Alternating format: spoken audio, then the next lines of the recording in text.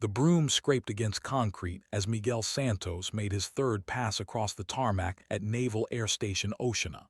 Just another Tuesday morning for the guy everyone called the Janitor, though his official title was Facilities Maintenance Supervisor.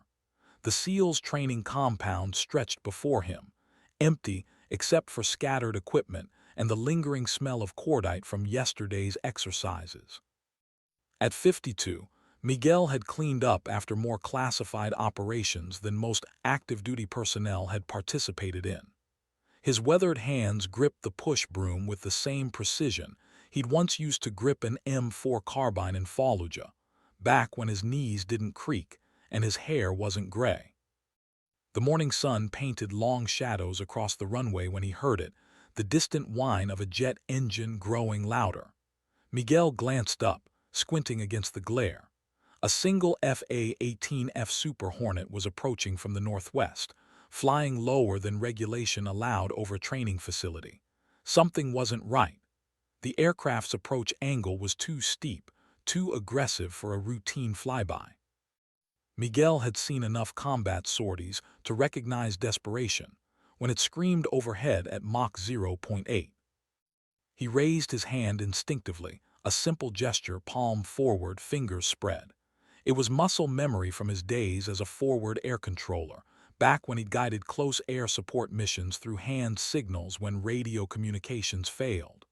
The jet banked hard left, wings cutting through morning air with knife-edge precision. The pilot had seen him. More importantly, the pilot had responded. Miguel's pulse quickened. His hand signal wasn't random. It was tactical. 5 fingers meant need immediate assistance in the old ground-to-air communication protocols. The fact that the Super Hornet had banked in acknowledgement meant someone up there spoke his language. Someone who understood that a maintenance worker on a Tuesday morning wouldn't be throwing tactical hand signals unless something was very, very wrong. The aircraft circled back, engines throttling down to a subsonic rumble that vibrated through Miguel's chest. Through the canopy glare, he caught a glimpse of the pilot's helmet turning toward him. The jet maintained a holding pattern at 800 feet, low enough to read ground signals, high enough to avoid surface-to-air threats. Professional. Controlled. This wasn't some hotshot Navy pilot showing off for the ground crew. Miguel dropped his broom and reached for the radio clip to his belt. His clearance level should have been insufficient for direct communication with tactical aircraft, but today, something told him the normal rules weren't going to apply. The Super Hornet's engines changed pitch again, a subtle shift that meant the pilot was preparing for either landing or combat maneuvering.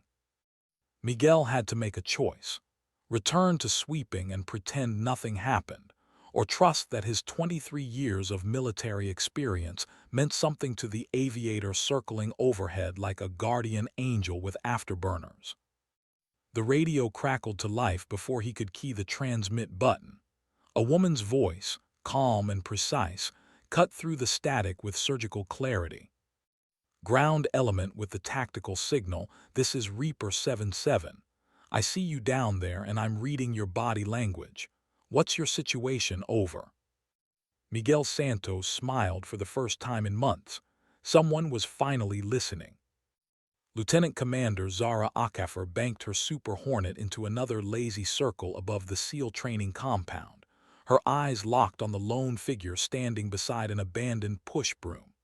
The man's posture had changed the moment she'd acknowledged his signal, shoulders back, stance wider, hands moving with the deliberate precision of someone accustomed to communicating under pressure.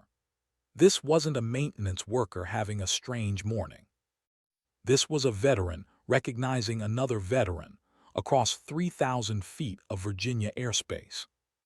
"Copy that, Reaper 77, came the response. The voice was gravelly, confident, with the measured cadence of someone who'd spent years talking people through life-or-death situations.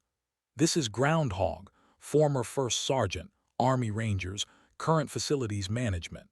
I've got eyes on suspicious activity in Sector 7 of the compound. 3 individuals in civilian clothes accessing classified equipment storage. They're not on today's training roster." Zara's grip tightened on the stick. Sector 7 housed advanced reconnaissance gear, classified communication equipment, and enough sensitive technology to compromise ongoing operations across two theaters. Her heads-up display showed no scheduled activities for the training compound today. The facility should have been empty except for essential personnel. Groundhog, can you maintain visual on the subjects while I establish communication with base security? Zara's voice remained steady, but her pulse had kicked into combat rhythm. She'd flown 97 missions over Syria and Afghanistan, but somehow the idea of hostile actors operating on American soil felt more unsettling than dodging surface-to-air missiles over Damascus. Negative Reaper. I lost visual when they entered Building Charlie 6, but Groundhog has something else you need to know. There was a pause, long enough for Zara to complete another circle. I've been tracking unusual activity around here for 3 weeks. Late-night vehicle access, personnel moving equipment during shift changes. Someone's been using the SEAL compound as cover for something bigger. Zara felt the familiar weight of command settling across her shoulders. She was supposed to be conducting routine training flights, not coordinating counterintelligence operations with a janitor who apparently had more situational awareness than half the officers she'd served with. But Miguel Santos, Groundhog, was speaking the language of someone who'd spent years watching and waiting, someone who understood that the most dangerous threats often wore friendly faces. Copy Groundhog. Stand by while I contact base operations. Zara switched to the tower frequency, her voice taking on the crisp authority that had earned her the call sign Reaper. Not because she was particularly violent, but because she had a reputation for methodically hunting down problems until nothing remained but solutions. Oceana Tower, this is Reaper 77 requesting immediate contact with base security and intelligence operations. I have a potential security breach in progress at the SEAL training compound. Request permission to maintain overwatch position. The tower response came back fast, too fast. Reaper 77, negative on security contact. Return to normal flight operations immediately. The compound is conducting scheduled maintenance today. Zara's blood went cold. She was looking directly at the compound, and the only maintenance worker in sight was currently providing her with tactical intelligence about unauthorized personnel. Someone at Oceana Tower was either dangerously uninformed or deliberately lying. Miguel Santos watched the Super Hornet's flight pattern tighten into a combat air patrol configuration. The pilot, Reaper 77, was thinking the same thing he was. This wasn't maintenance. This was infiltration. And whoever was running the operation had enough access to manipulate tower communications. The radio crackled again, and this time Reaper's voice carried a harder edge. Groundhog, I think we're flying this one solo for a while. How's your Spanish? Miguel grinned despite the circumstances. 23 years in the Army, including 3 tours with special operations, and he'd never worked with a Navy pilot who opened tactical partnerships by asking about language skills. This was going to be interesting. Fluente Reaper, why do you ask? Because the 3 individuals you spotted. They just exited Building Charlie 6 carrying equipment cases, and they're speaking rapid Spanish into handheld radios. I'm tracking them moving toward the waterfront access road. Miguel's smile faded. The waterfront access road led directly to the submarine pens and the classified submarine maintenance facilities. If someone was planning to extract sensitive materials from the compound, the submarine base represented the fastest route to international waters. And if they had inside help, someone with enough authority to mislead the control tower, then traditional security protocols were compromised. Reaper, I'm moving to intercept. Can you provide overwatch? Negative Groundhog. You're a facilities supervisor, not tactical personnel. I'm calling this in through alternative channels. Miguel dropped his radio and started jogging toward Building Charlie 6, his knees protesting with each step. Alternative channels took time, and time was something they didn't have. The equipment cases those men were carrying contained enough classified technology to compromise submarine operations for the next decade. As a former forward air controller, Miguel had clearance to access certain areas of the compound that normal maintenance personnel couldn't enter. More importantly, he had experience moving through hostile territory without being detected. Behind him, Reaper 77's engines thundered overhead as the Super Hornet accelerated into an aggressive low pass over the compound. The message was clear. Someone was watching and someone was armed. The three men looked up as the fighter jet screamed past, their faces clearly visible for the first time. Miguel recognized the tactical gear they were wearing, not civilian clothes, but subdued military fatigues without insignia. Professional operators, not opportunistic thieves. His radio buzzed with an encrypted frequency he hadn't heard in 5 years. Someone had just activated emergency protocols that bypassed normal communication channels. All stations, this is Overwatch. We have confirmed hostile actors at Naval Air Station Oceana. Implement Protocol 7 immediately.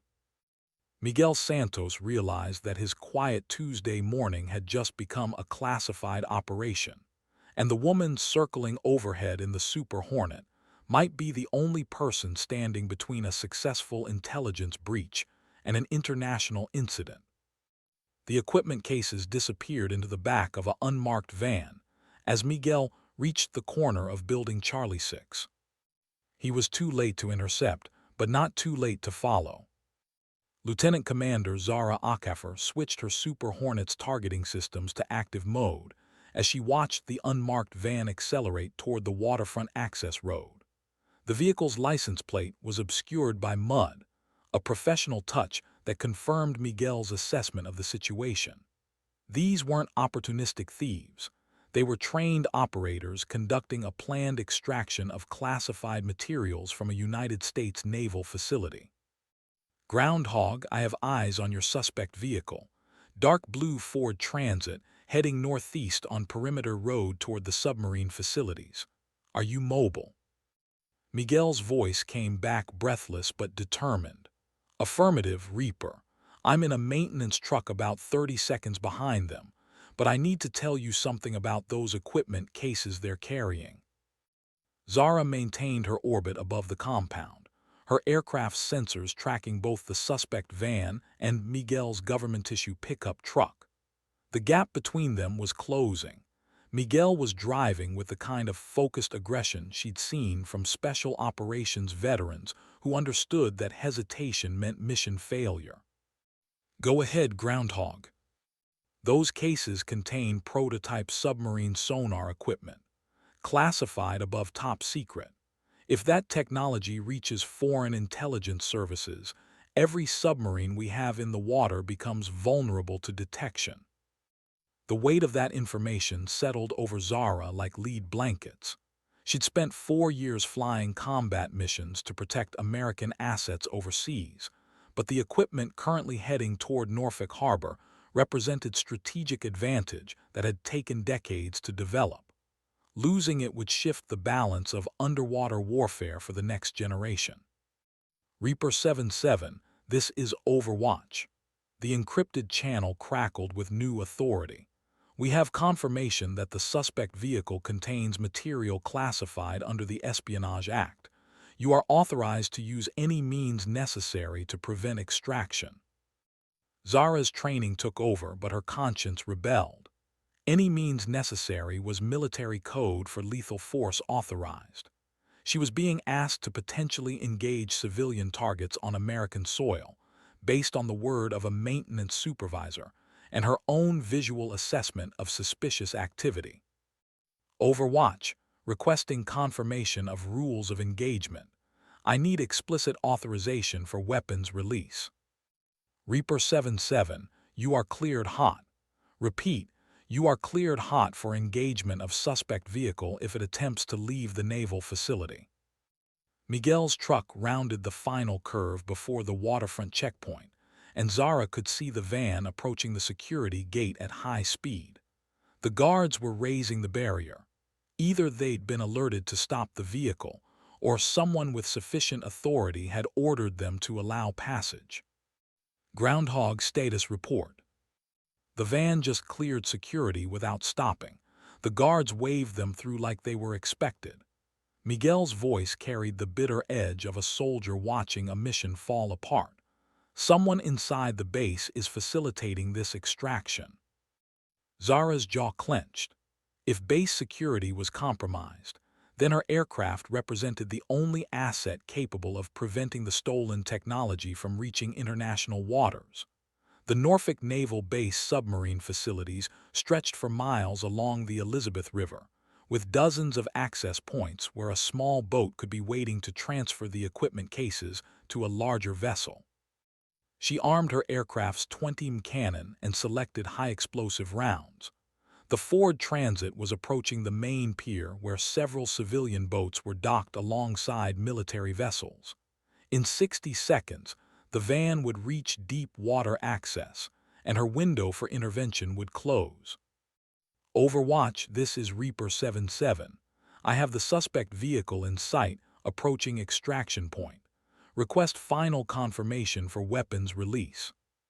The radio went silent for 10 seconds that felt like 10 minutes. Reaper 77, you are cleared to engage. Stop that vehicle by any means necessary.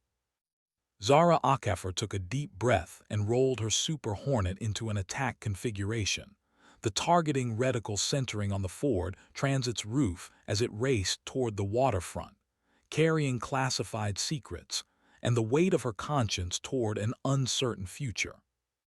The van skidded to a halt 50 yards from the water's edge as Zara's first cannon burst struck the pavement directly in front of its path.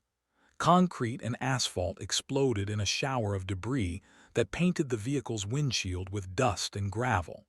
The message was unmistakable: stop, or the next burst goes through your engine block. Miguel's maintenance truck pulled up behind the van as 3 figures emerged from the vehicle with their hands raised. From her altitude, Zara could see the equipment cases still secured in the van's cargo area, their metal surfaces glinting in the afternoon sun like captured lightning. Groundhog, I have 3 individuals in custody position. Can you maintain overwatch while I contact base security through secure channels? Copy that, Reaper, but we've got a bigger problem. Miguel's voice carried the tension of someone who'd spent years reading tactical situations.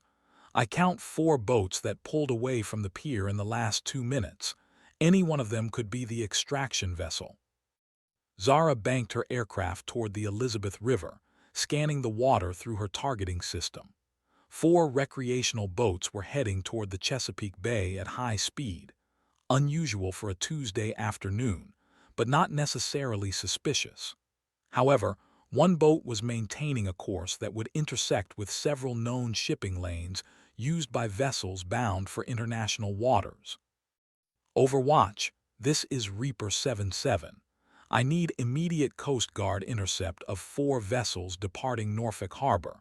One of them may be carrying personnel connected to the security breach.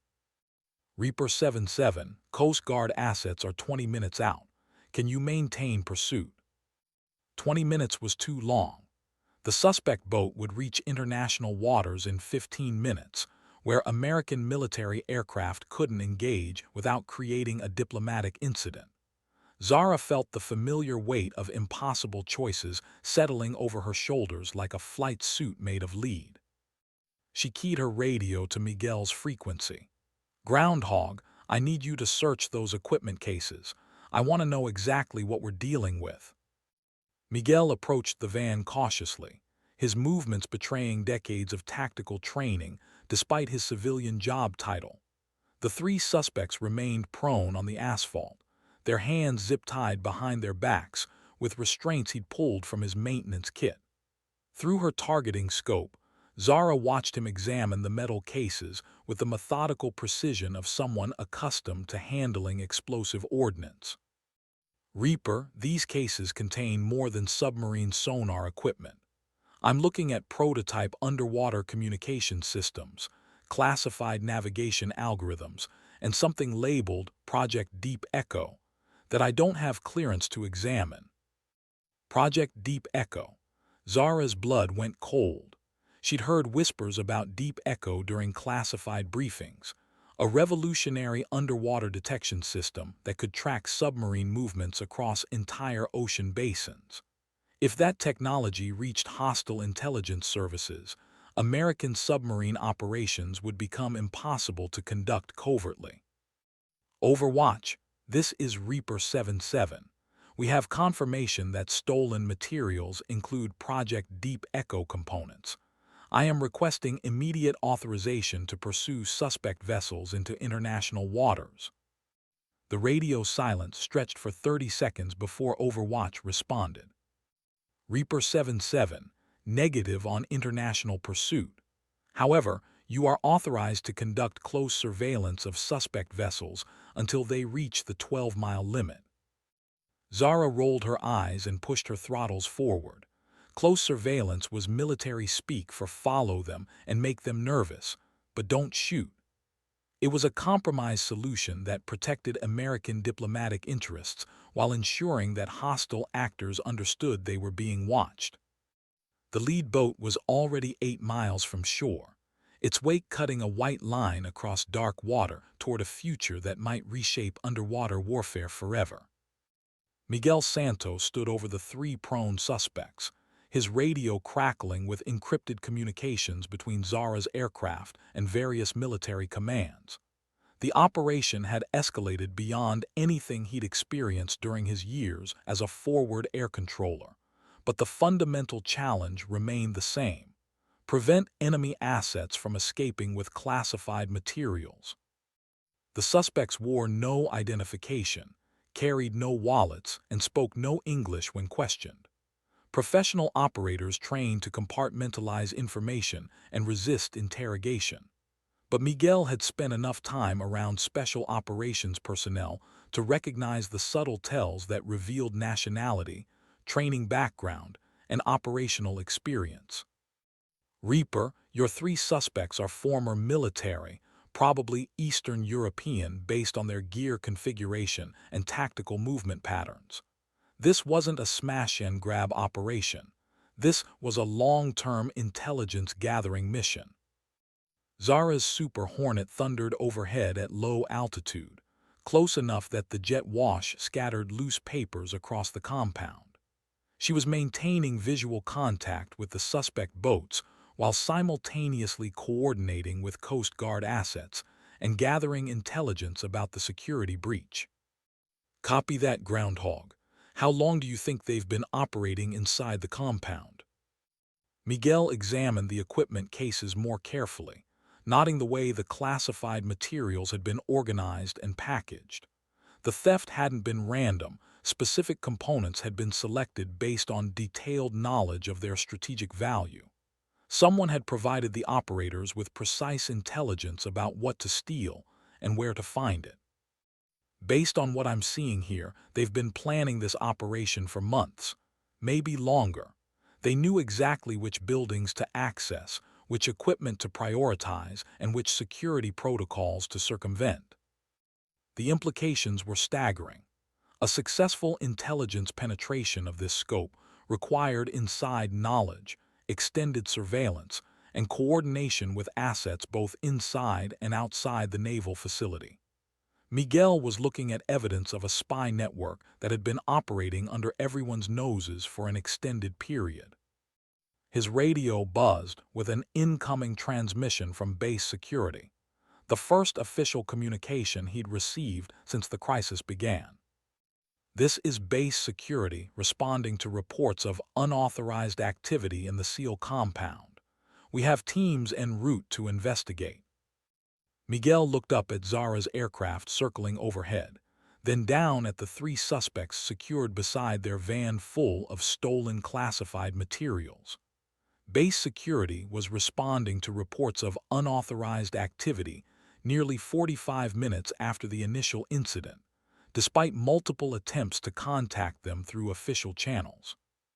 Reaper, I think we need to assume that base security has been compromised. Someone's been feeding information to these operators, and someone's been delaying official response to give them time to extract. Zara's response carried the cold edge of a combat pilot who just realized the enemy might be closer than expected. Copy that, Groundhog. I'm tracking the suspect boats, but I need you to secure those equipment cases and maintain custody of the suspects until we can establish contact with uncompromised military personnel. Miguel Santos smiled grimly as he hoisted the first equipment case into his maintenance truck. 23 years after retiring from active duty, he was apparently back in the intelligence business, working with a Navy pilot he'd never met to prevent classified submarine technology from disappearing into international waters. The only difference was that this time, the enemy was already inside the gates.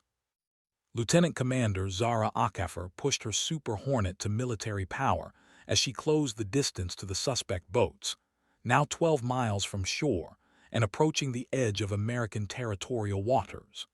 Through her targeting system, she could see 4 vessels maintaining tight formation, unusual for recreational boats, but standard for military or intelligence operations conducted under civilian cover.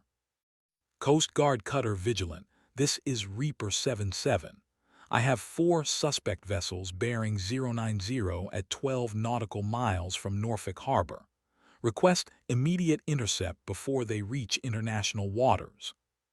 Reaper 77, this is Vigilant. We have your suspects on radar and are closing at maximum speed. ETA to intercept is 8 minutes. 8 minutes. The boats would reach the 12-mile limit in 6 minutes, where American law enforcement authority would become a complex web of international maritime law and diplomatic protocol.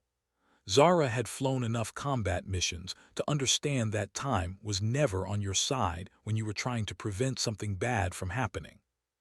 She activated her aircraft's electronic surveillance package and began scanning radio frequencies used by the suspect boats.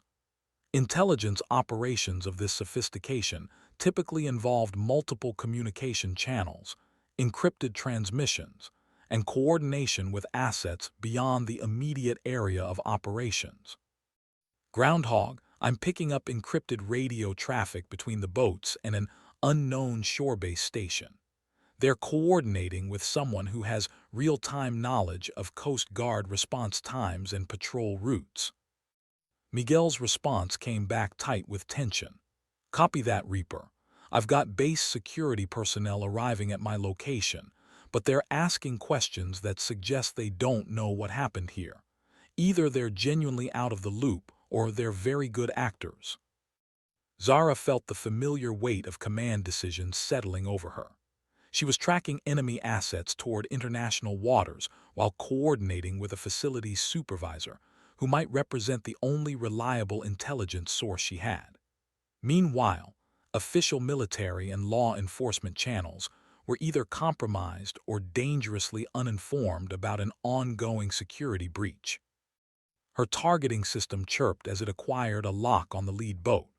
The vessel was larger than the others, with modifications that suggested it was designed for extended operations rather than recreational use. More importantly, it was maintaining a course toward a cargo ship visible on the horizon, a ship that hadn't appeared on any maritime traffic reports she'd received.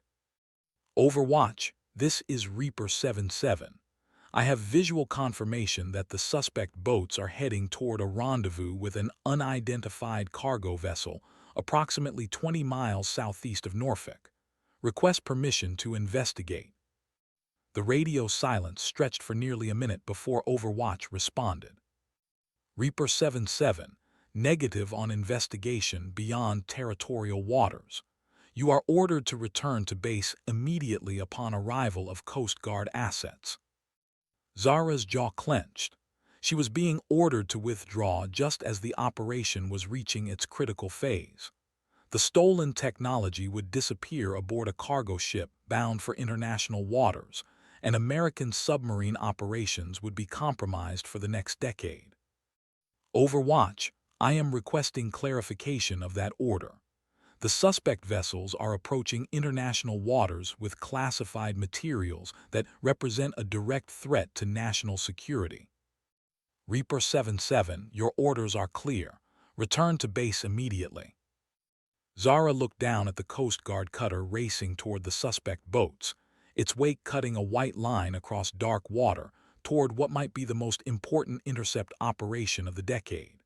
She thought about Miguel Santos, a maintenance supervisor who'd risked his career to prevent a security breach that no one else had noticed.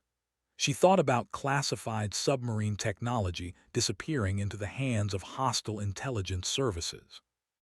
Then she thought about orders and regulations, and the difference between following instructions and doing what was right. Overwatch, this is Reaper 77. I am declaring an emergency situation under Military Code 77 Alpha. I am continuing pursuit of hostile assets until the immediate threat to national security has been resolved. The radio exploded with angry voices, but Zara was already banking toward the cargo ship on the horizon, her afterburners painting twin lines of fire across the Virginia sky. Miguel Santos watched the base security team examine the equipment cases with growing unease. The lead investigator was asking the right questions and following proper protocols, but something about the team's response felt rehearsed. They'd arrived exactly 47 minutes after he'd first contacted them, too long for an emergency response, but perfectly timed to arrive after the primary extraction attempt had been completed. "Sir, we're going to need you to provide a detailed statement about how you discovered these individuals," the lead investigator said, his tone suggesting routine procedure rather than urgent national security concerns. Miguel looked up as Zara's Super Hornet thundered overhead, now heading southeast toward open ocean rather than maintaining its patrol orbit over the compound. The aircraft's flight path suggested she was pursuing something beyond the immediate area, probably the boats he'd seen departing the harbor. "I'll provide whatever statements you need, but first I want confirmation that you've contacted naval intelligence about the classified materials in those cases." The investigator's expression didn't change, but Miguel caught a subtle glance between two team members, a look that lasted half a second too long, suggesting communication that hadn't been verbalized. "Sir, we'll handle all appropriate notifications according to standard protocol. Right now, we need to focus on securing the scene and gathering information about how this security breach occurred."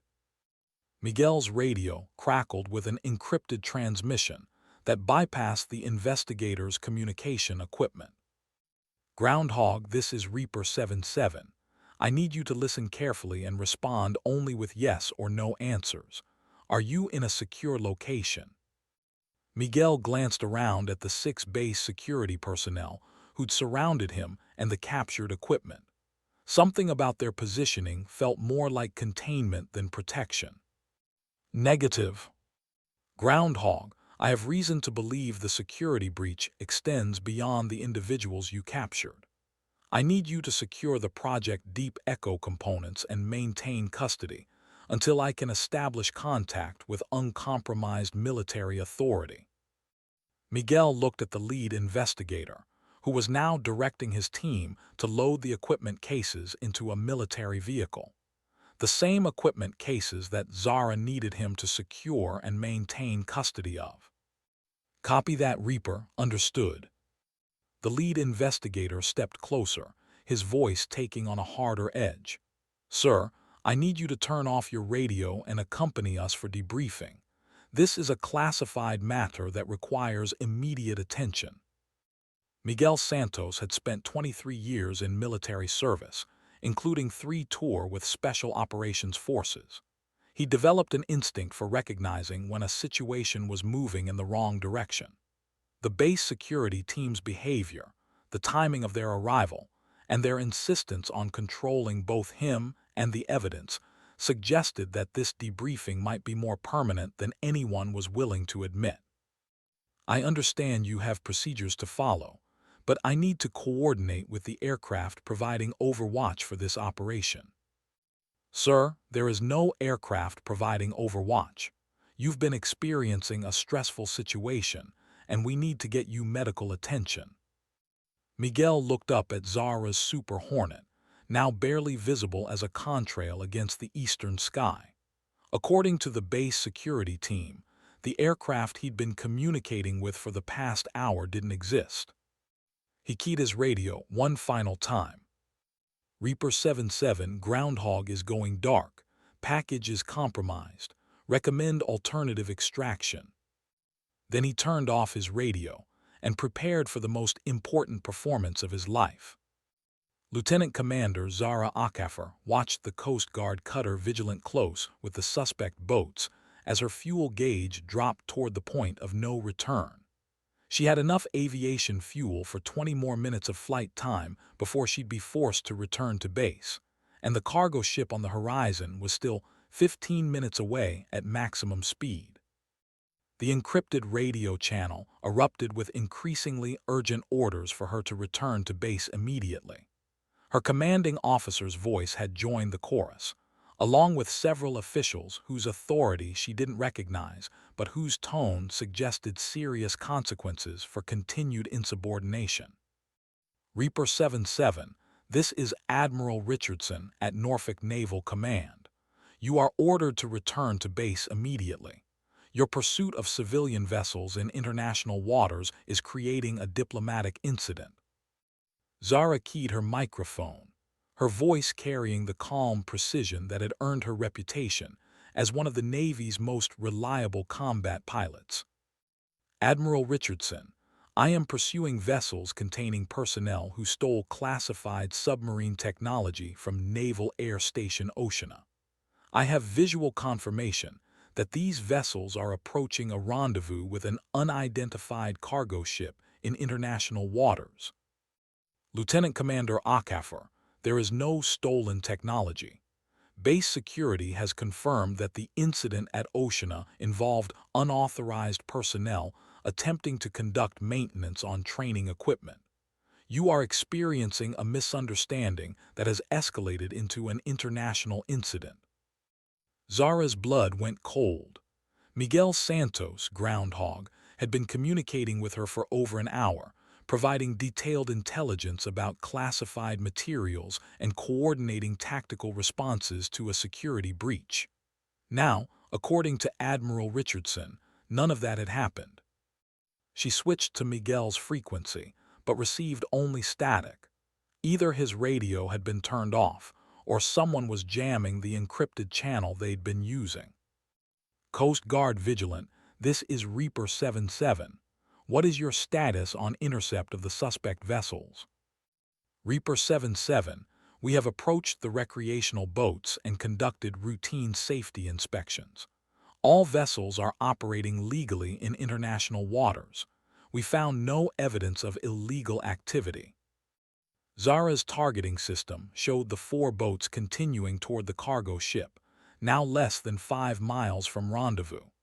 Either the Coast Guard had conducted the fastest marine inspection in history, or they'd been instructed to let the boats proceed. Her fuel gauge dropped another notch, and warning lights began illuminating on her instrument panel. In 15 minutes, she would reach the point where continuing pursuit would result in fuel exhaustion and potential loss of aircraft. The stolen submarine technology would disappear aboard a cargo ship bound for foreign ports, and Miguel Santos would vanish into a debriefing process that might last considerably longer than anyone expected. Zara Akafer had flown 97 combat missions and had never failed to complete an assigned objective. But she'd also never been ordered to abandon a mission, while hostile assets were still active and American national security remained compromised. She armed her aircraft's weapons systems and locked onto the cargo ship's superstructure. All stations, this is Reaper 77. I am declaring a national security emergency under the Defense Authorization Act. I have positive identification of hostile foreign intelligence assets conducting extraction operations with stolen American military technology. I am authorized to use any means necessary to prevent completion of this operation. The radio exploded with conflicting orders, threats, and demands for her immediate return to base. Zara ignored them all and pushed her throttles to military power, racing toward a cargo ship that might hold the key to preserving American submarine operations for the next generation, or might represent the end of her military career. The cargo ship MV Baltic Trader sat low in the water 22 miles southeast of Norfolk, its rust-streaked hull cutting through moderate swells toward a horizon that promised international waters and diplomatic immunity.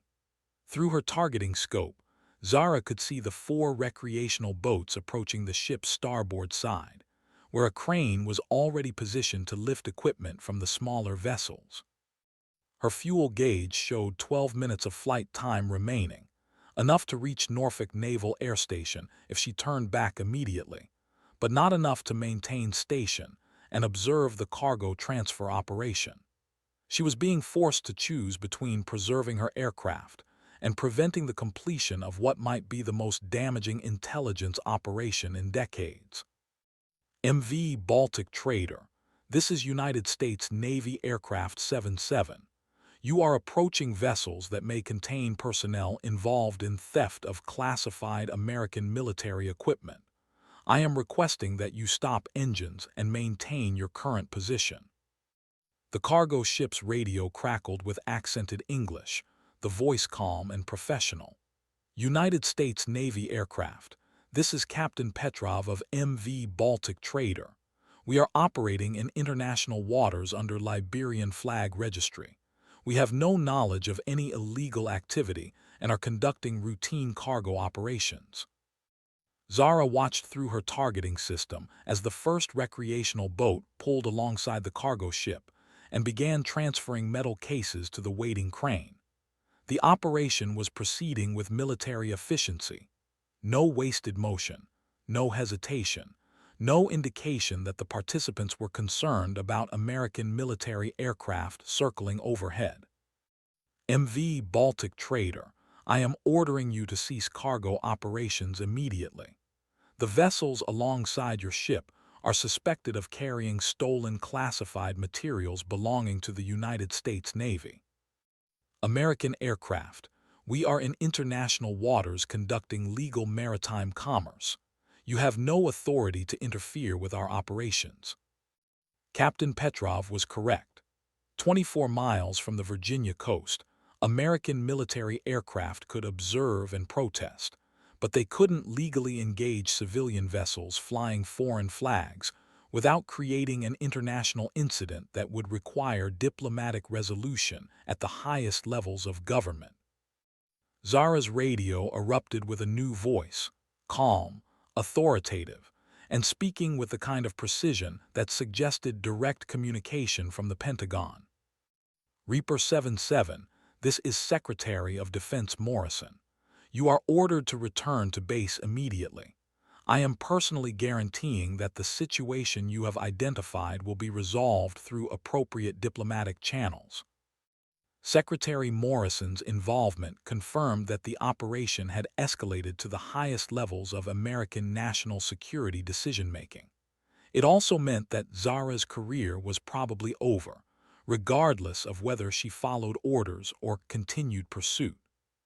She looked down at the cargo ship, where the second boat was now transferring equipment cases containing Project Deep Echo components to the waiting crane. In 10 minutes, classified submarine detection technology would disappear into the cargo hold of a ship bound for foreign ports. American submarines would become vulnerable to detection systems based on their own technological advantages. Zara Akafer thought about Miguel Santos, a maintenance supervisor who'd risked everything to prevent a security breach that no one else had noticed. She thought about the 3 suspects who were probably being debriefed in a manner that would ensure their silence. She thought about naval officers who might die in future submarine operations because she'd followed orders instead of preventing the theft of technology designed to protect them. Her fuel gauge showed 8 minutes remaining. She armed her 20 cannon and targeted the cargo ship's crane mechanism. Secretary Morrison, this is Reaper 77. I am preventing completion of an intelligence operation that represents a direct threat to American submarine forces. I am engaging hostile assets with minimum necessary force. Her first burst of cannon fire struck the water 10 feet from the cargo ship's hull, sending up a column of spray that soaked the personnel operating the crane. The message was unmistakable: stop the transfer, or the next burst goes through your equipment. The radio exploded with orders, threats, and demands for her immediate return to base. But Zara was already lining up for her second pass. Miguel Santos sat in the windowless conference room at Norfolk Naval Security Headquarters, staring at a cup of coffee that had gone cold an hour ago, while three investigators asked the same questions with slightly different wording. The debriefing had moved from routine information gathering to something that felt increasingly like an interrogation, designed to establish that he'd experienced some kind of breakdown or misunderstanding.